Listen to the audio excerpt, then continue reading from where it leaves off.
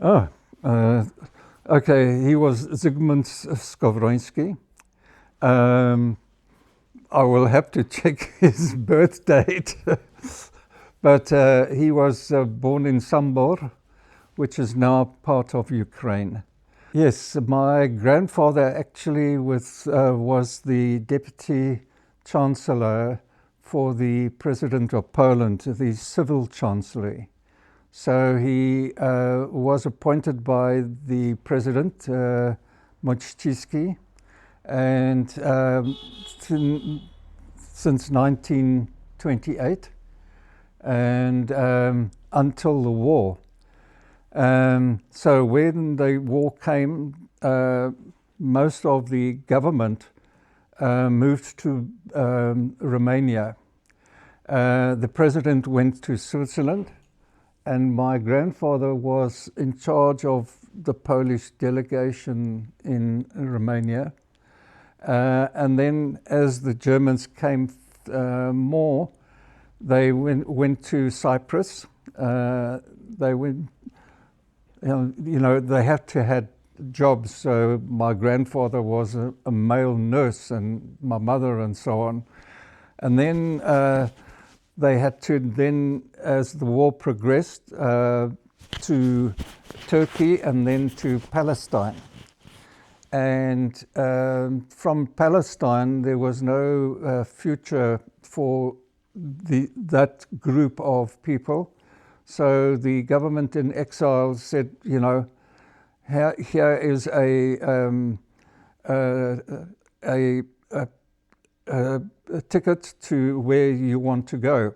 So my grandfather, with 3 daughters and so on, decided to go to Africa. And they landed in Durban and took a train to Livingston. The oldest daughter, Chachabasha, went nursing because there were some Polish doctors in Central Africa, and she volunteered and worked there. Eventually, she married one of the doctors. My mother came to Cape Town because she wanted to study. And the youngest, Marisha, was in the Scouts and, operated there.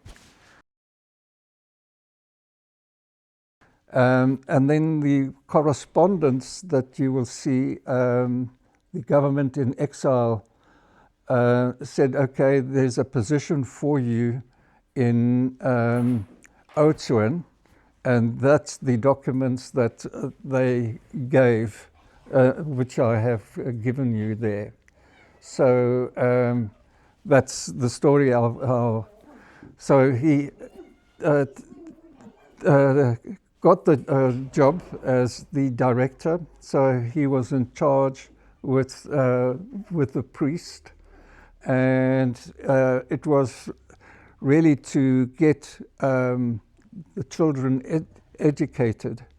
So they had classes, they had caregivers, so that the caregivers could actually do the lectures and things like that.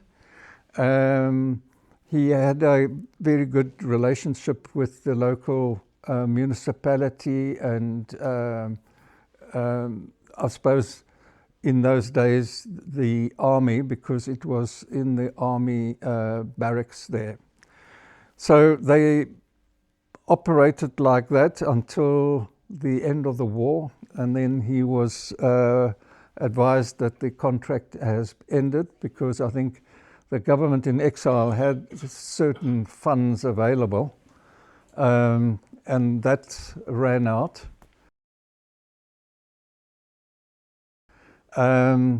So he had to find another job, which was very difficult because he was a doctor-in-law. He studied also in Austria, the Export Academy.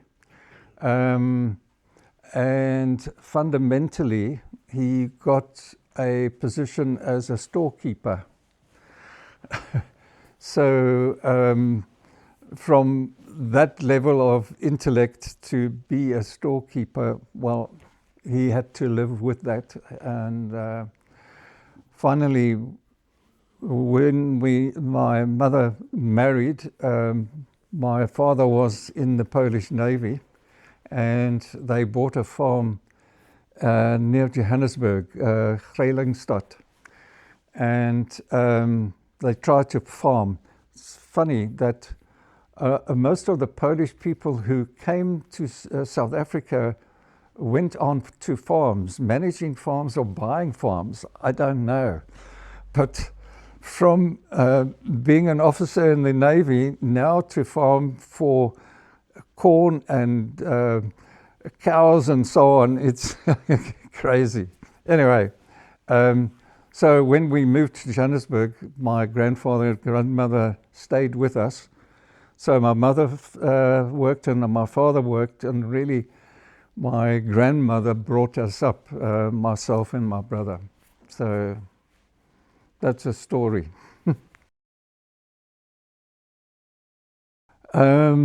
We talked about it, but you know, this is the problem with lawyers. My grandfather, you know, had all the information, but he didn't actually talk about it. In fact, all the documents that he had were sent to the Hoover University, and he kept no documents himself. There was, and you will see in the correspondence there, he had a number of boxes and so on, and he considered what to do with them. And there was a friend of my father's who was very interested in that, and they decided to actually burn all the documents, unfortunately. Why is that? Because privacy. The students were still alive, and you know, as a lawyer, this was how he dealt with us. She was studying at the university, but also working for the Polish consulate in Cape Town. So she was the secretary of the consul here. My father, when the ship came to Cape Town, he had to actually go to the consulate and to declare all of, you know, papers and passports and so on. He met my mother. 4 weeks later, they were married. And then he went back to war. So my mother landed up with, in I suppose, a house. Polish ladies that were working and so on rented a Polish house, and you will see the photographs are there. And that's how they existed until, okay, when I was born, my mother went to Oudtshoorn. So I'm an Oudtshoorn person as well, because I lived there. But when my father came back from the war, they bought that farm. My grandfather supported the Scouts, and there were 2 divisions for the men, or the boys and the girls, and that was run by Mrs. Masoyoda. There was also a Scout jamboree in Johannesburg, and they participated. And the Scouts also were there, and I'm talking about the Polish Scouts, when the Queen Mother visited South Africa, and you will see that as well.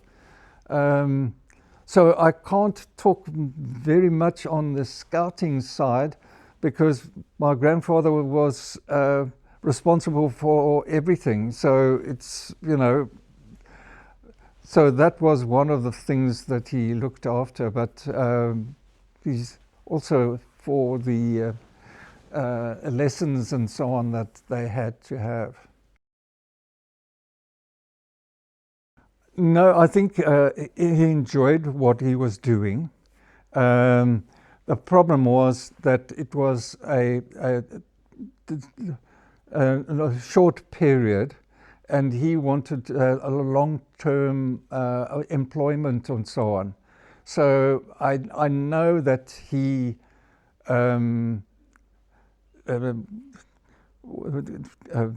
how to put it, he missed Poland, but he would never go to Poland because of the communists and so on. So, and he talked about Poland all the time, and yeah, it was a difficult situation. Fundamentally, you know, quite a few of the children from Oczach made a good life. One was a professor for me of engineering, and then he moved to Canada. So, you know,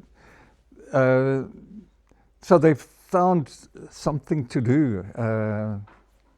Yes, my grandfather was a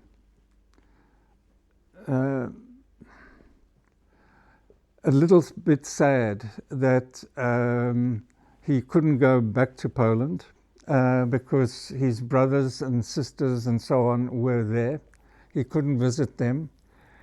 And what he did was got his energies for gardening. And he loved gardening and getting flowers and things like that and so on. So although he has those feelings, he tried to put it in a positive framework. And he was also, you know, with other people, he was also always positive, but internally, living with him, he actually was sad, so to put, because of the situation. You know, when you're living in Łazienki Palace, which they did, okay, now you're living in a one-room house. You know, the crash of your esteem and so on is just terrible.